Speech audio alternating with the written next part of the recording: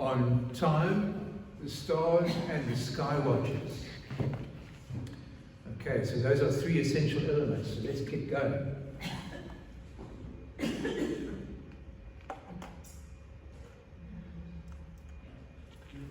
Okay, so there are two myths I want to explode to start off with.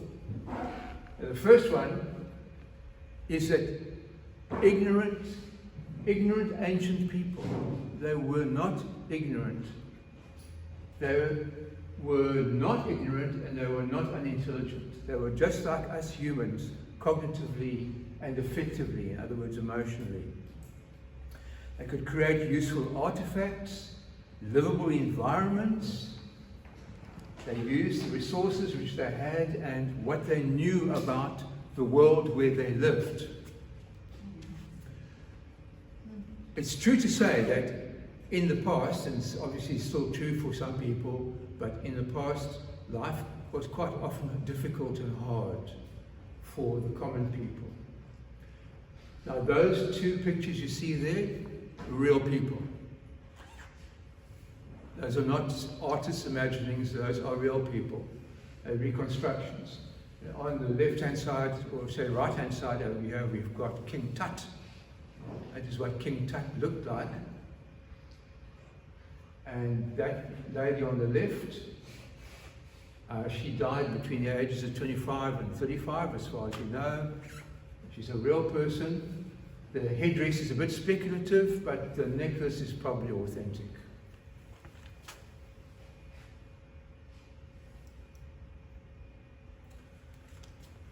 The second myth is we know exactly what happened in the past. We definitely do not know what happened in the past in great detail. We don't have detailed knowledge. The ancient artifacts we have access to, which we dig up or find, is fragmentary. There's a lack of written records.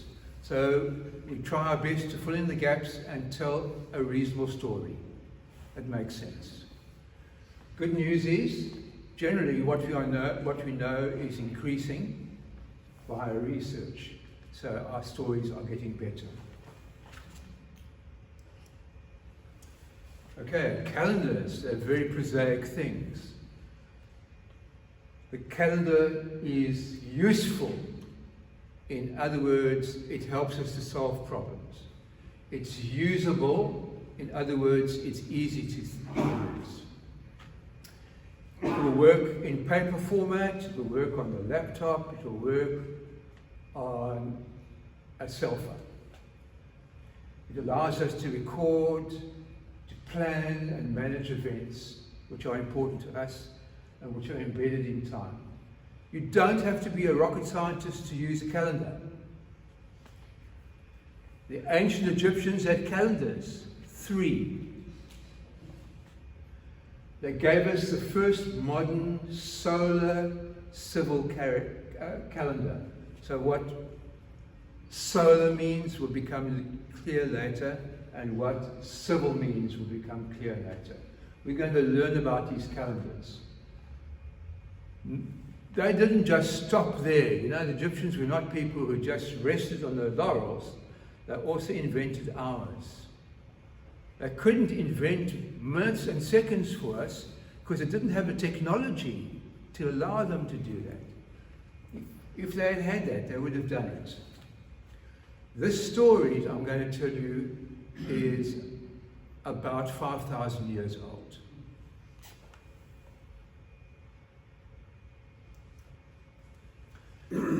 Well, I think just about everybody knows that the Egyptians had lots of gods and goddesses. So why not start off with He, the god of time and eternity, who you see there. So there's something I wrote there about the creation myth of the Egyptians. We won't go into details. It's remarkably similar to the Big Bang theory that we have. Only it was not so hot. He, or her, was a personification of time, eternity, infinity, and long life. This is a really Egyptian thing. Ideas, concepts like time or eternity weren't just mechanistic concepts as we in our time now, having modern science, would consider. But they were things which were linked to gods and goddesses.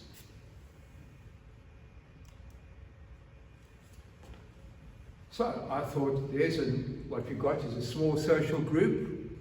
Those are the Hadzabe tribe, they're hunter-gatherers. So little groups of people got together to make bigger groups over time. They formed large tribes, small nations. The small nations got together and they became great nations, like the ancient Egyptian dynastic kingdom. And once nations became great nations and had bureaucracies and strategic dreams of conquering their neighbors, then they wanted to be able to plan the future.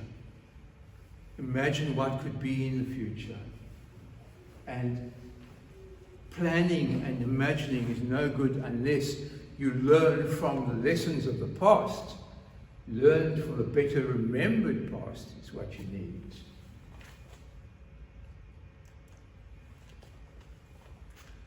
So, everything about planning for the future, etc., would be easier if you had some kind of system to record information.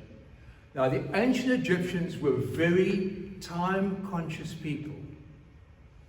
Time was an important idea to them. So, they were acute observers of their environment. And they saw that in the environment there were cycles that repeated again and again and again. And these cycles, which we'll take a look at very shortly, enabled them to create calendars to imagine the future.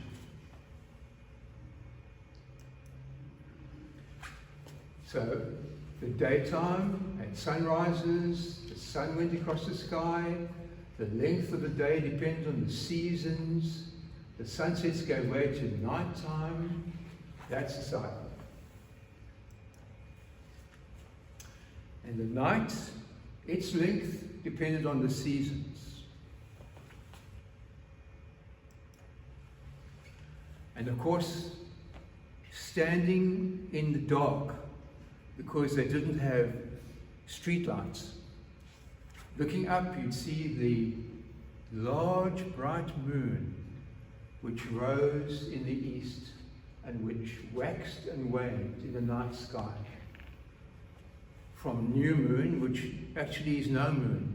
You look at the new moon, there's nothing there.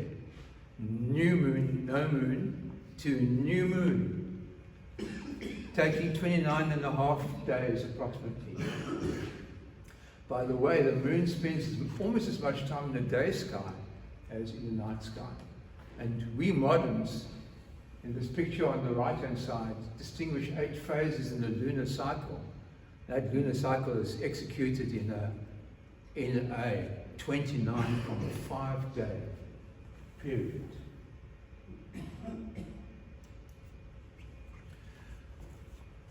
And if you had time, after you had been tilling the fields with your oxen, waging war, and it was night time, you could look up at the sky, and the sky was full of stars. And some of the stars didn't seem to move. You could, for 5 minutes, you'd look up for 5 minutes, and the stars just were there. But there were other wandering stars, the 5 planets, which were visible to the naked eye. And there were comets and there were meteorites. But if you sat down on the ground and looked up at the sky during the night, after quite a short time, you would notice the entire sky is moving. Well, of course, the Earth is busy turning, So those stars out there are fixed in position. So as the Earth turns, it appears as though the sky is moving. The Earth is moving, of course. Those stars out there are pretty much fixed in position. If you watch them for long enough, though, you will find out they do have what we call proper motions. In other words, they are moving. But they are a long way away. And then parts of the sky would disappear. They would disappear below the western horizon, and new parts of the sky would appear in the east. And certain stars were not visible in the sky, but then on particular days they would appear. And sometimes it was possible to link those stars with things that were happening. And here's an example. There's the brightest star in the sky, Sirius, very, very bright star. That rose in the dawn sky on guess what date? The 22nd of July. Today. Unfortunately, we missed it because it rises in the dawn sky. It happened this morning. And also, we were in the wrong place. You need to be at the right latitude. But if you were there, you would have seen it rise because it's very reliable. And that star was a very useful star to the Egyptians because it came up and said to them, because star is a silent thing, but he spoke to them and said, the inundation is coming. So one thing we will learn very shortly about Egyptians is, to them, the country was a gift of the river. Egypt was a gift of the river. The river made Egypt a country where you could grow lots of crops because of the flood, the inundation.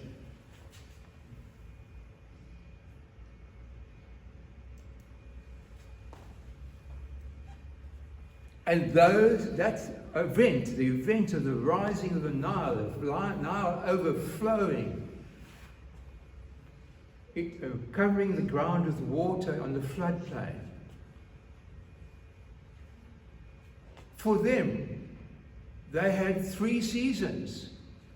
The season of inundation, that's by the Nile, which they're called Akhet.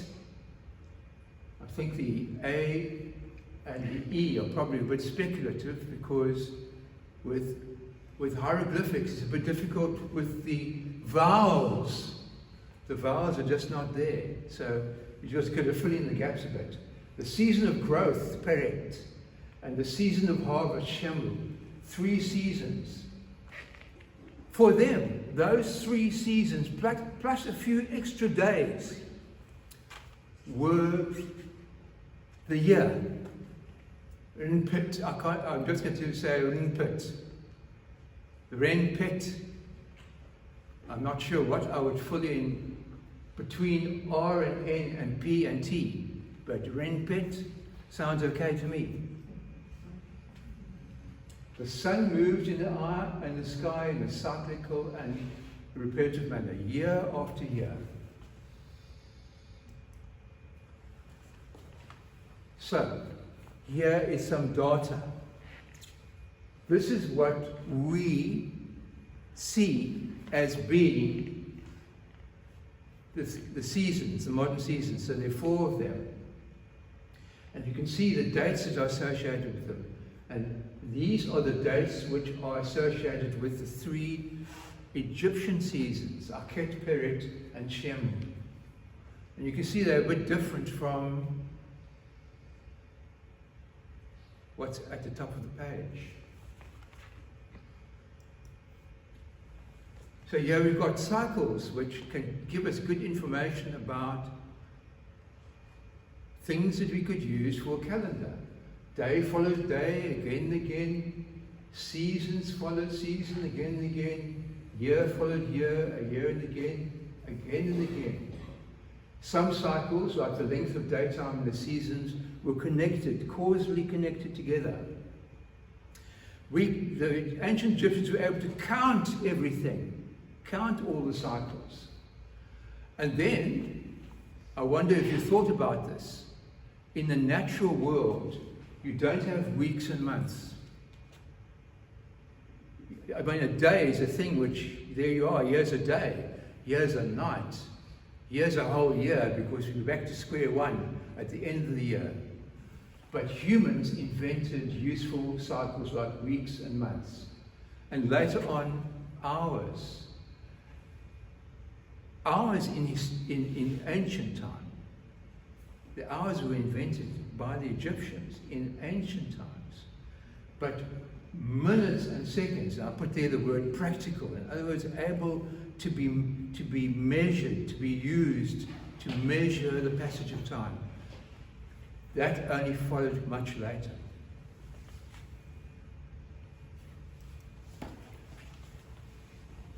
These are priests and priestesses. The people who observed the cycles in the day and in the night and over a year were priests, and they made sense of them.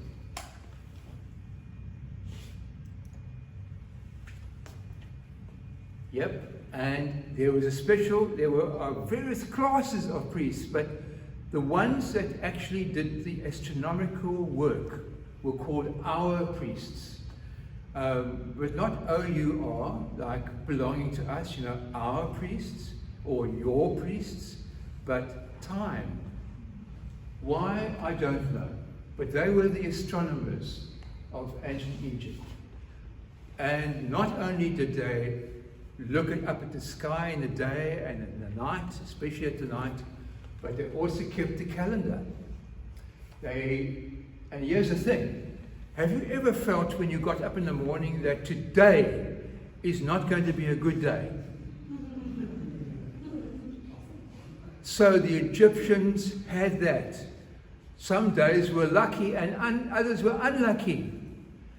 And the advice given, if it was an unlucky day, was to stay at home. That is what the priest would tell you. Xerxes, or whatever your name might be, you mustn't go into the temple today. You must stay at home because it's going to be an unlucky day today. And then omens, like something, like 3 birds in a row on top of a building. I'm not saying that actually is an omen, but it might have been an omen. Or dreams. So you woke up, you dreamt something terrible. What would you say would be something terrible to dream about? Being eaten by a crocodile? Eaten by a crocodile is an excellent thing, because that is a very Egyptian thing. A very Egyptian thing. Eaten by a crocodile.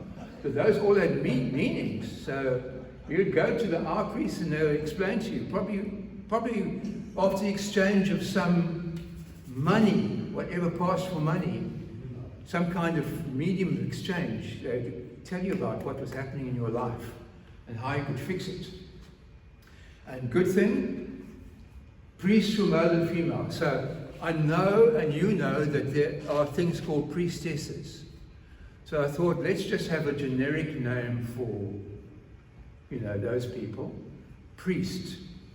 So for me, priest means a male priest and a female priest.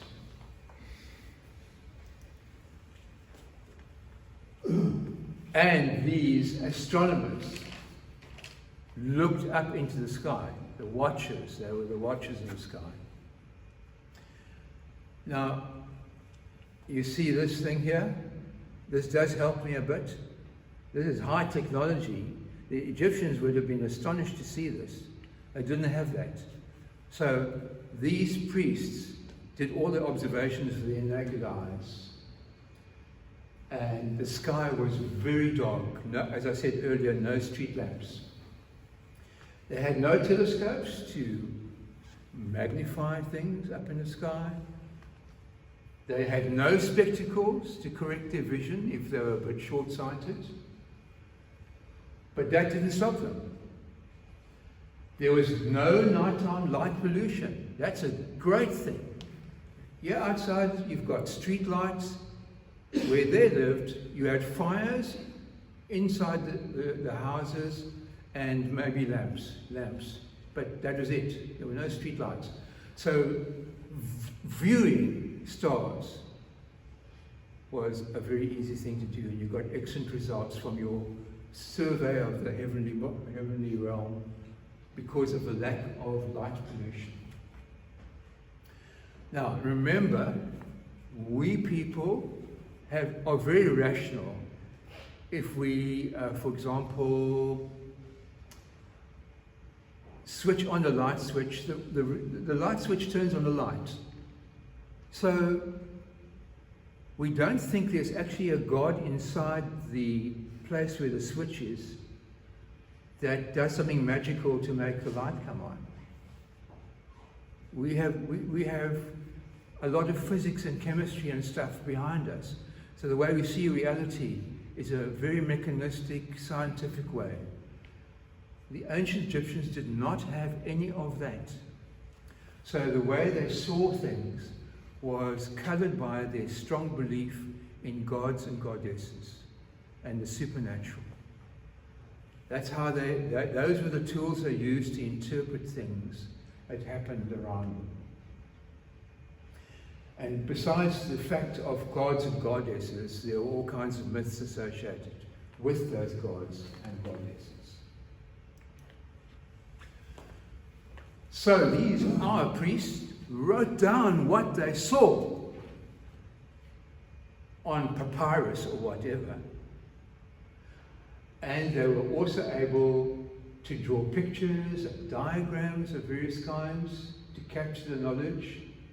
And they were able, what they wrote down, that could be turned into engravings inside buildings and paintings on stone surfaces, and even on the inside of a coffin lid. By the way, this is a coffin lid you're looking at here, and that is astronomical information that's been painted on the inside of this coffin. The little stars, that's very interesting. That's such a long time ago, but there they have got 5-pointed stars in their pictures. That's interesting. Those kind of drawings inside the coffin lids are called diagonal star tables. This up there on the left-hand side is a star chart. Now there, that long person-looking like creature there is Nut, the sky goddess. If you look carefully on the left-hand side, you'll see her legs, the 2 legs, and then her 2 arms on the right-hand side, and there's her head. And do you see in front of her head is a little red dot? That's the star, the sun, our sun, the star which is our sun. And what she's doing is she's eating it. She's consuming it. It's sundown. It's sunset. Nut ate the sun. And during the night, you could see her body stretching across the night sky. The sun is busy making its progress through her body towards the bottom part of her body. And at dawn, the sun is reborn by her giving birth to the sun. That's how it happens. I invite you to go along and look at the sky, and you'll see what I'm saying is obviously true.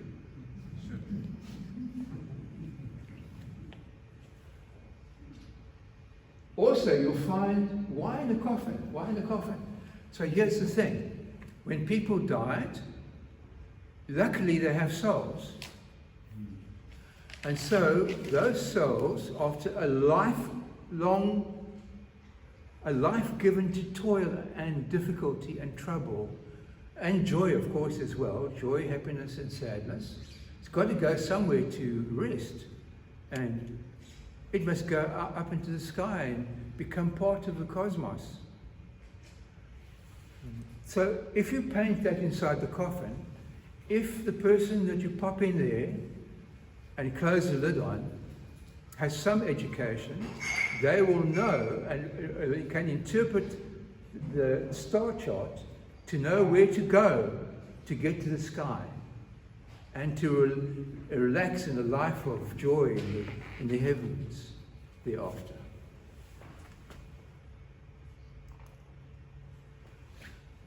What did they want to do? They also wanted to orientate sacred buildings in a neat way, pyramids and temples towards true north.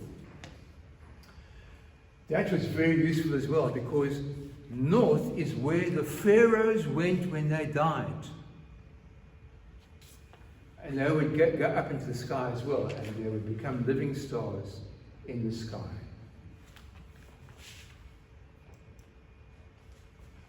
And by the way, this is what happened this morning. I managed to get here. It was a bit of a difficulty to get a flight, but I managed to get back here after taking this photograph this morning. And there you can see Sirius. This has got a very fancy name or word to describe. Well, the rising part is pretty clear. You know, the sun rises, the moon also rises. Sirius, the star, rises. Heliacal. It means in association with the sun, because if you just look to the left where Venus is, behind the pyramid is the first rays of the sun. A little bit later will appear. So the two of them are coming up together. So as I said previously, it used to come up on the 9th of July, now on the 22nd of July. But you've got to be in the right place. You can't just be anywhere. So this morning, you had to be at Thebes, and then you would have seen it. So you see, Sirius rising is good information for the Egyptians, because they depended utterly on the river and the flood. They wanted to know, look, the flood didn't always come on the same day. You couldn't say, well, tomorrow it's going to flood. Next year you say it again. Well, it's the same date it's going to flood. It's not true. It was a spread in time, sometimes earlier, sometimes later.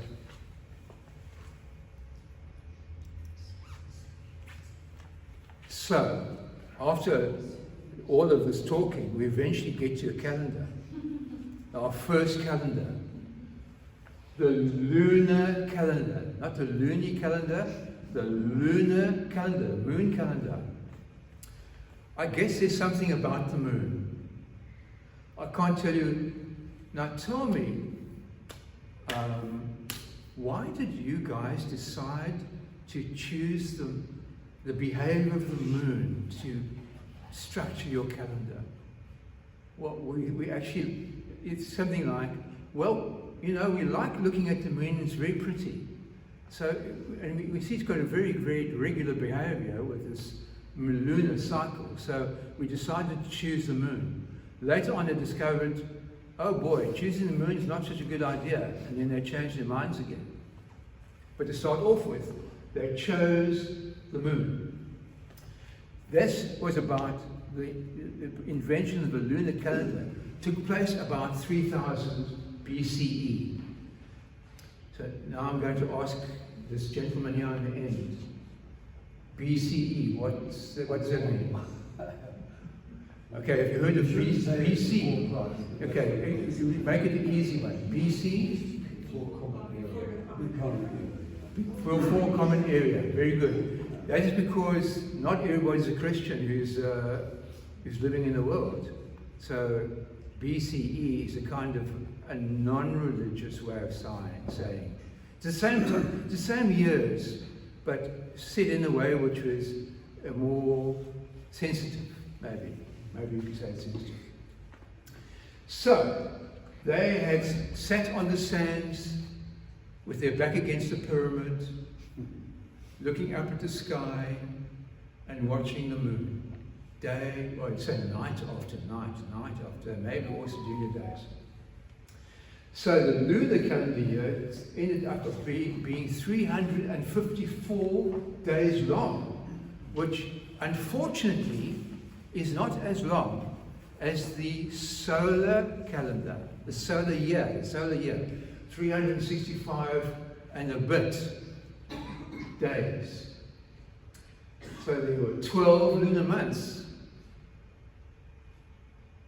And they were divided into the three traditional seasons, because the river was everything to them: Akhet, Peret, and Shemu.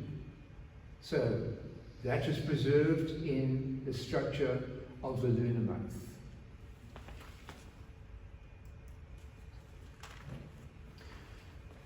So here's the thing, everybody. The lunar month is 29.5 days.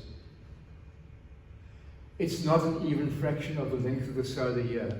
And it's not me who's responsible. I couldn't calculate myself that accurately, but 365,24219 days. That's how much it is. That's based on the sun's observed movements against the background of the fixed stars. So the problem with the lunar calendar is that it's 11 to 12 days shorter than the solar year. So just as you've got that calendar and you started using it, and you've arranged the times of all your religious festivals and so forth, the next year everything is drifting out of sync. That's not much good. So after quite a short while, the Egyptians said, this lunar calendar is no good. We want something which is more aligned with the solar year, and so things are not going to get out of time again, out of sync. So they invented the solar calendar. 365 days, once again divided into 320-day seasons, named, same names for the seasons. And each season is 4 30-day months, and each month has 3 10-day periods, which are really weeks, but 3 more days than our 7 days. Called decans. I'm not at all sure with that. That is the Egyptian word for it, but decan is certainly derived from Latin or something similar. Unfortunately, it's always an unfortunately, isn't there, in life? Just as you think you fixed one thing, then you find out there's something you didn't think about. And the problem is that the solar year is about a quarter day longer than 365. About a quarter of a day. So while the Egyptians were using this calendar, it was sometimes called the wandering year. It didn't have a mechanism to cope with the extra quarter day for true solar year. Also, if you work out 120 by 3, what do you get? I'm going to quickly test you with what is 120 by 3? Don't ask me about numbers. Numbers are friends. No, they're not my friend. What's the answer? 360. But there's a problem, isn't there? The solar year is 365 and a quarter. It's 5 and a little bit missing. So the Egyptians said, we've really wasted so much time planning and getting this all organized. Let's just invent a 5-day month, which will take us to 365 days. There you go. It didn't even have a name. I think they were embarrassed because they figured out we made a big mess up. We started off with too few days. So it's called an intercalary month. Now that's a very complicated word, intercalary. It sounds like it's got something to do with food. But actually it just means stick it in between two things, roughly speaking. And then if you don't like Latin, which is the root for intercalary, you prefer Greek, epigonomenal. That's an excellent word to use when you're visiting friends. It means the same thing. epagomenal days, abominable, between the two bits of the next bit of the year, and that is added to make up a 365. Note 365, they still haven't sorted out the problem of the quarter of a day. Just to get away from the mathematics, which I know can be traumatic to people. Here is a piece of a stone carving of an ancient Egyptian solar calendar. And this one happens to be in the Kom temple, which I can't tell you anything about, but it's easy to look up. And it's real, it actually exists. What does it mean? All I can tell you is that it's a calendar. My hieroglyphics are vestigial.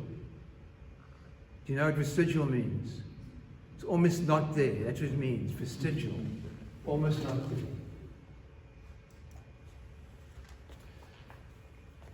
So then the Egyptians feasted on about the wandering year, the quarter of a day that was not thought about, and it's not exactly a quarter of a day anyway. That's why you need that story about division by 400, you know, the rules to handle leap years. But anyway, that person, Ptolemy III, the Greeks came and they took Egypt over, and they did a clever thing. They just made themselves into Egyptians. So Ptolemy III is a Greco-Egyptian king, and he said every fourth solar calendar year had to include a 6th day in its intercalary month. And that's to stop the wandering bit. The priests were very conservative people, and what the priest said went. So the people would do the same thing, the ordinary people, the working folk. The priest said, we're not going to listen to you, we're not going to do it. And they didn't. For a couple of 100 years they didn't do it, until eventually the Roman Emperor Augustus, who was not as nice a person as Ptolemy III, actually I don't know whether he was nice or not or anything like that, but anyway, he said, enough of this foolishness. This story about the leap year is going to happen. And even though he said it was going to happen, it still took a couple of years before the people in Egypt listened and they brought in the leap year. As you can see there, he said it was only adopted on the 29th of August.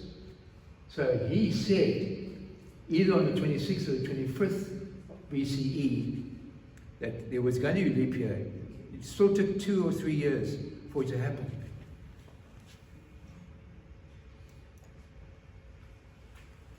So fast forward, imagine the calendar was invented, it was used, and now we come to nowadays. That person on the left-hand side, that person is a fella. If that person was a lady, she would still be a fella. Not that kind of fella, not a guy. Okay, so that is an Egyptian farming person, a farmer. They still use that calendar. It's now called the Coptic calendar or the Alexandrian calendar. And it's a liturgical calendar, in other words, used by churches. The two churches that use it are the Coptic Orthodox and the Coptic Catholic churches. But the farmers, the modern farming populace, the fellahim, they use it to decide when to plant their plants. They don't use the Gregorian calendar. They use this calendar for farming purposes.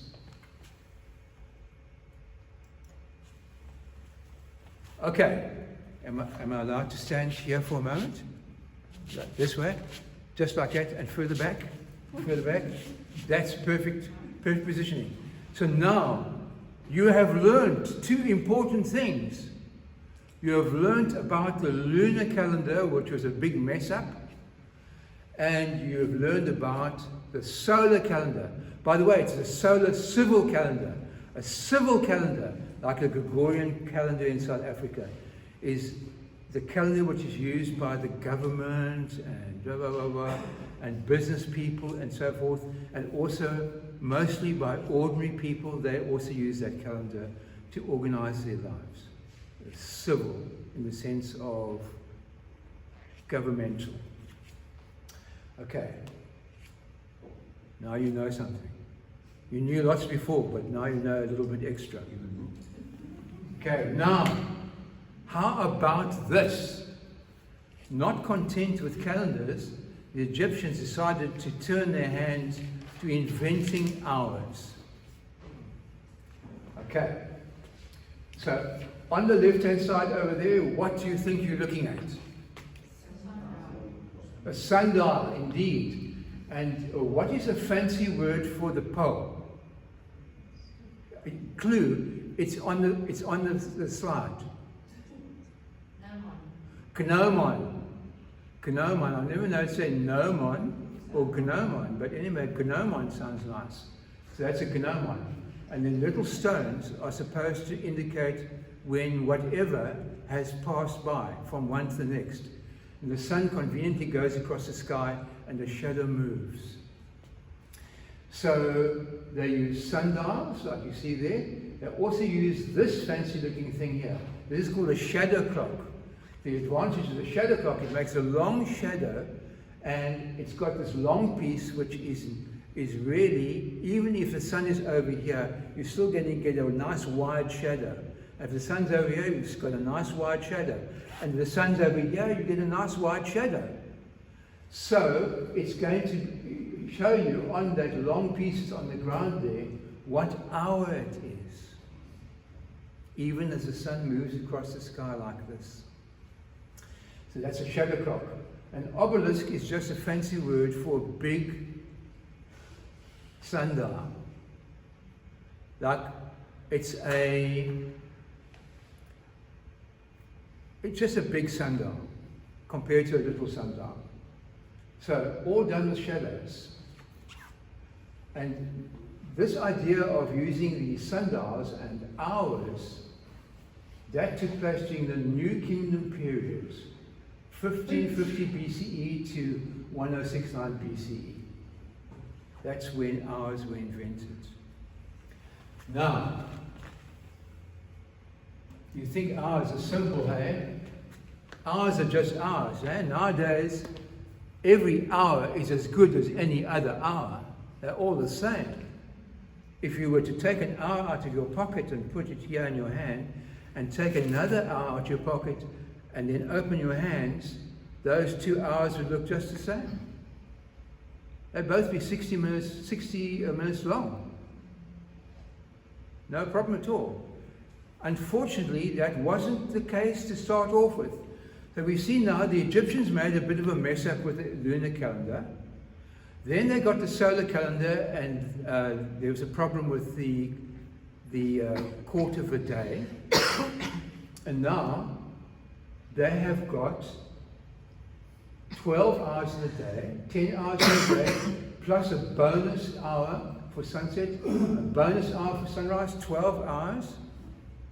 But depending on what season it was, the hours would be longer or shorter in time. So in summer, the hours would be longer, and in winter, the hours would be shorter during the day. Because as you know, the sun comes up a bit later in winter and goes down a bit earlier in winter. So it kind of made sense to start off with.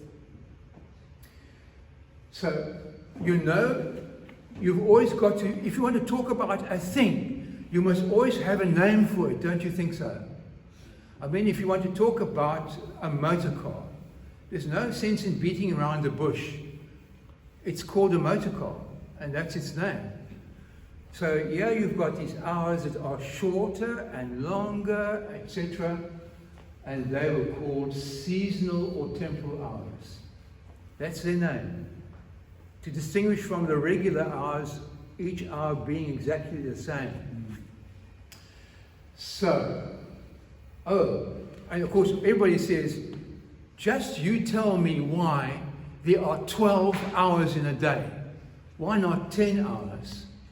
Why not 5 hours? Why 12? Why 12? Okay, one theory is that the Babylonians, who were lurking on the other side of the Red Sea, had this thing about 12 and 60. They like to measure things like whatever, degrees, 360 degrees in a revolution. Why not 100? Same thing. The reason is that those numbers like 12 and 60 have a nice big set of numbers that you can divide into them without remainders. So they're useful kind of numbers. Anyway, these countries like Egypt and like Babylon and so forth, they weren't totally isolated from each other. There were people doing trade between them. Ideas and goods made the journey from one to the other, which is how they learnt about things like 12 hours in a day. I think the Egyptians learned that from the Babylonians via cultural diffusion.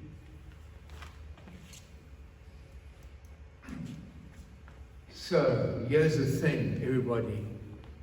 You know, the hours are easy. If you were an Egyptian, the hours in the day were easy. You just put up your sundial or whatever, and you could measure them. But now what happens when it gets dark? Can't we have hours in the night as well? The Egyptians were very resourceful people. They said, let's do it. Let's find out. Let's invent or measure or set up some kind of system so we can have nighttime hours as well.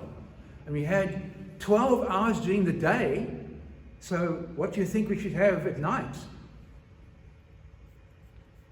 What do you think? It's not a trick question, eh? It's still the same it is today.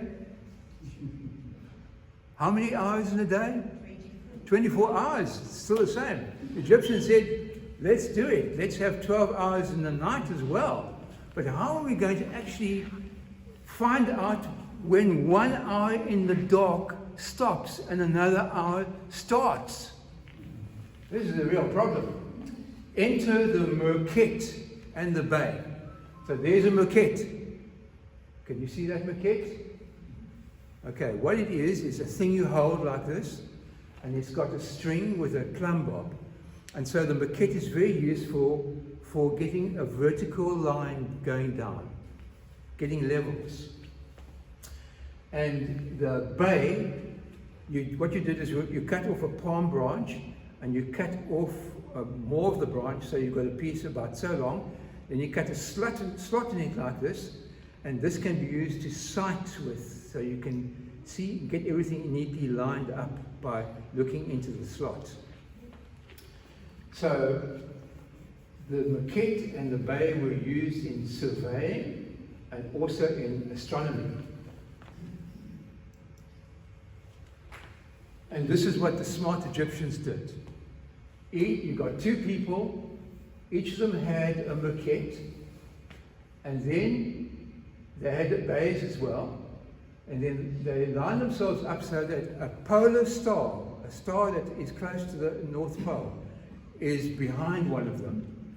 And then they would line themselves up so that there was a line going from this pole star directly to the second person.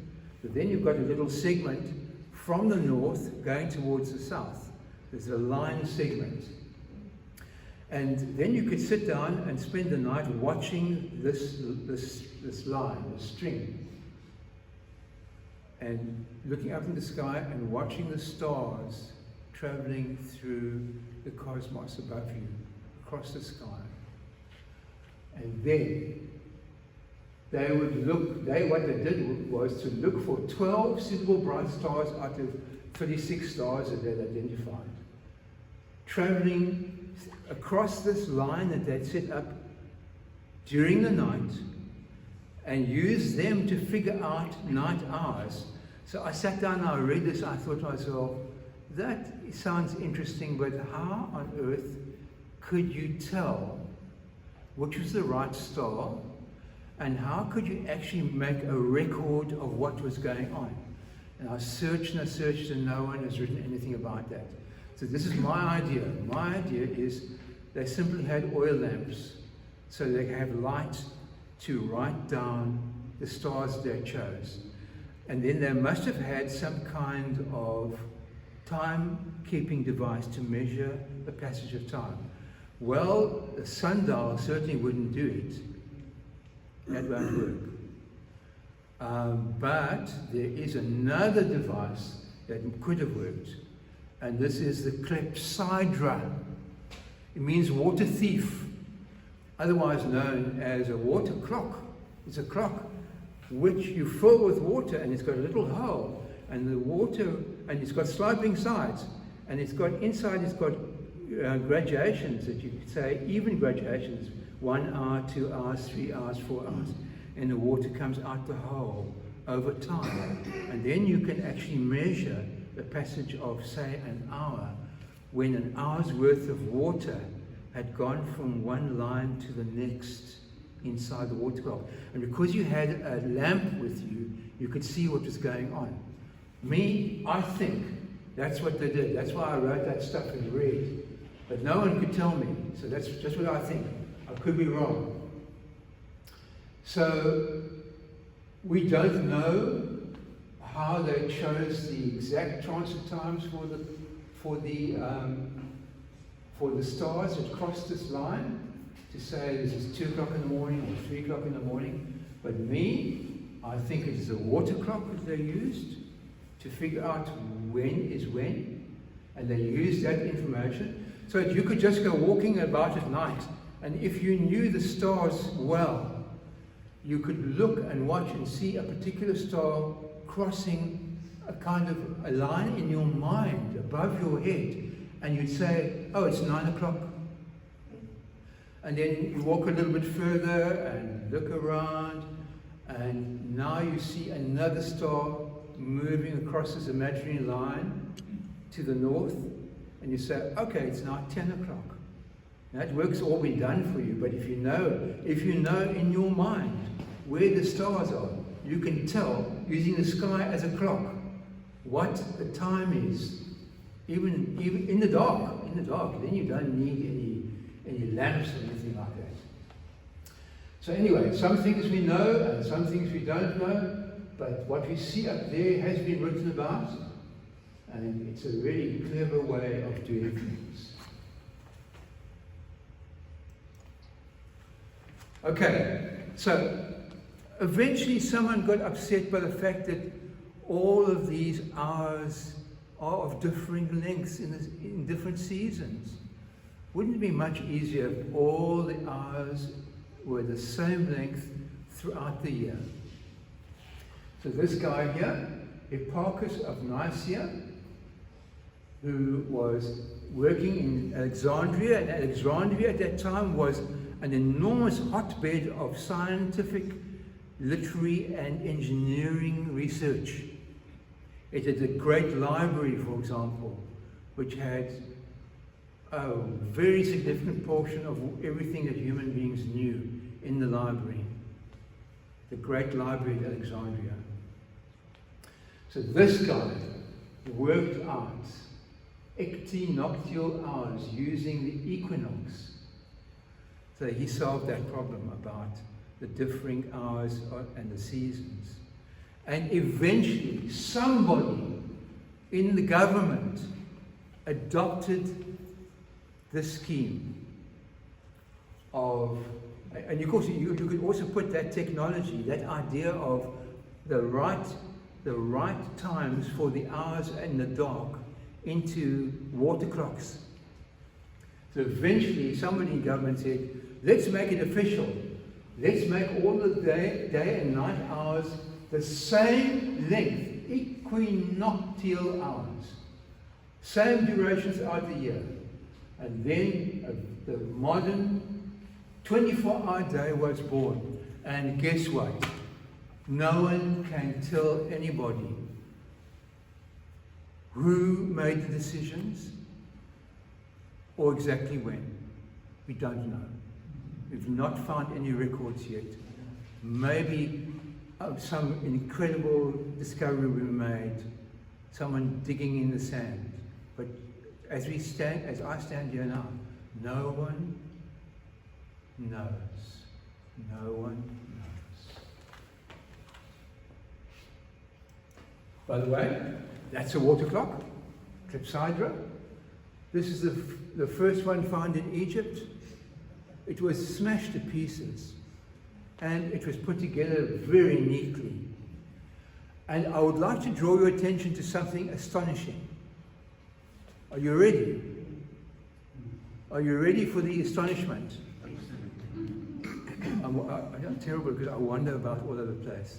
But anyway, what you can do is you can get a cardboard cutout that looks like me. And then just film me. Just dub it in. And then you can see that he is actually there. Okay, do you see those vertical lines there? Do you know what they are? Those are 1, 2, 3, 4, 5. I can't count them all, but they allow you to see the time before all the hours were made the same for a particular day. The updated version of that wouldn't have those vertical lines. Well, it would have just maybe one vertical line with markings on it to show you the equal length hours. So the clepsydra as an idea dates back to about 1417 to 1379 BCE, during the reign of Amenhotep III. And this one comes from the temple of Amun-Re at Karnak. First one found. Beautiful piece of work. A brilliant idea. Now, temporal hours were not temporary. Hey? So the government said, equal hours, day and night, equal hours. Do you think the ordinary people necessarily would take any notice? They didn't. Ordinary people, peasants and early industrial workers in Egypt and in Europe, they continued to use the temporal hours, shorter in summer, longer in winter, for over 1,000 years after the equinoctial hours became government official in Egypt. How about that, eh? In Europe, eventually, when some person, I haven't looked up who, invented the weight-driven clock, a heavy weight which you wind up, and then as things unwind, it provides motive power for the clockwork of the clock. They were developed in the 14th century. And then they began to, no one could afford them. You had to be a wealthy person to have one. You couldn't afford one. It's just too much technology. But anyway, churches and government buildings put public clocks in. And so then there was information available to the general population. That's what happens. Almost finished, everybody. Are you all still awake? Will you remember some things? Try again. Wrong way. Almost there. So you're going the wrong way. You're going backwards now. I'm going backwards. Yeah. We try and go forwards in time. Here we go.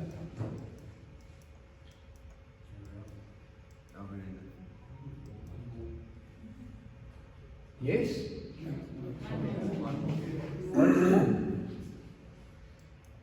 Ah, we're almost there, temporarily speaking.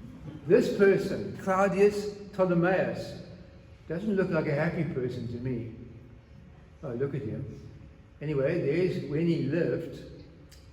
He said, you know, it would be so useful if you could divide an hour into 60 minutes. So that was an idea which he had, and he wrote about it. There was just one small problem. No technology to do that. There wasn't any available at the time. So, but that's the start of the idea of 60 minutes in an hour. And at last, you see that guy there with his wig on? Do you know why people in Europe wore wigs? So you took the wig off and there were shaved bald upstairs. Do you know why? Lice. Lice were the problem. So at night you take your wig off and stick it on a wig stand or something like that, or hang it behind the door. Give your head a good rub and go to bed. So this guy, this is Christian Huygens, a really, really smart guy. Really, really brilliant guy. He invented that on Christmas Day. It's a pendulum clock. That's a more or less front view. This is a kind of a side view. There's a pendulum and all kinds of stuff. And that allowed minutes and more or less, if you had a second hand, seconds to be measured and used for the first time.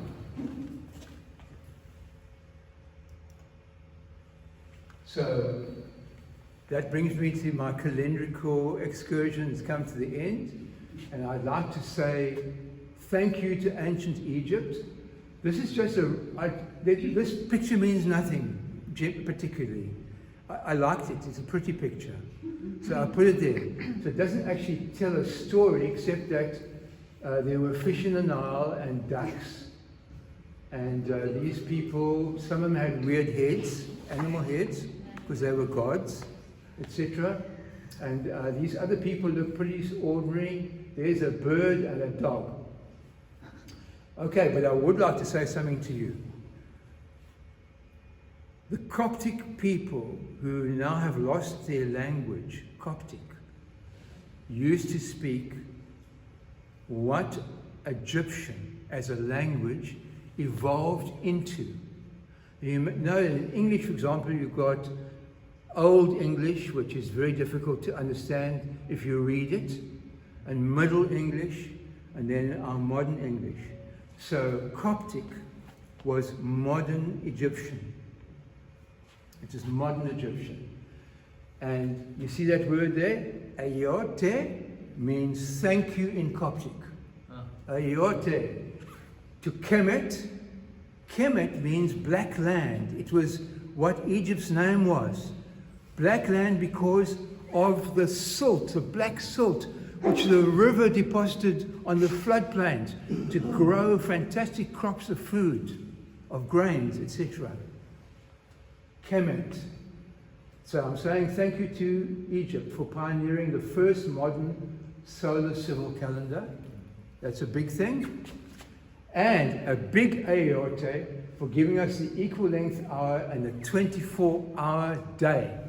Thank you, ladies and gentlemen. Any questions?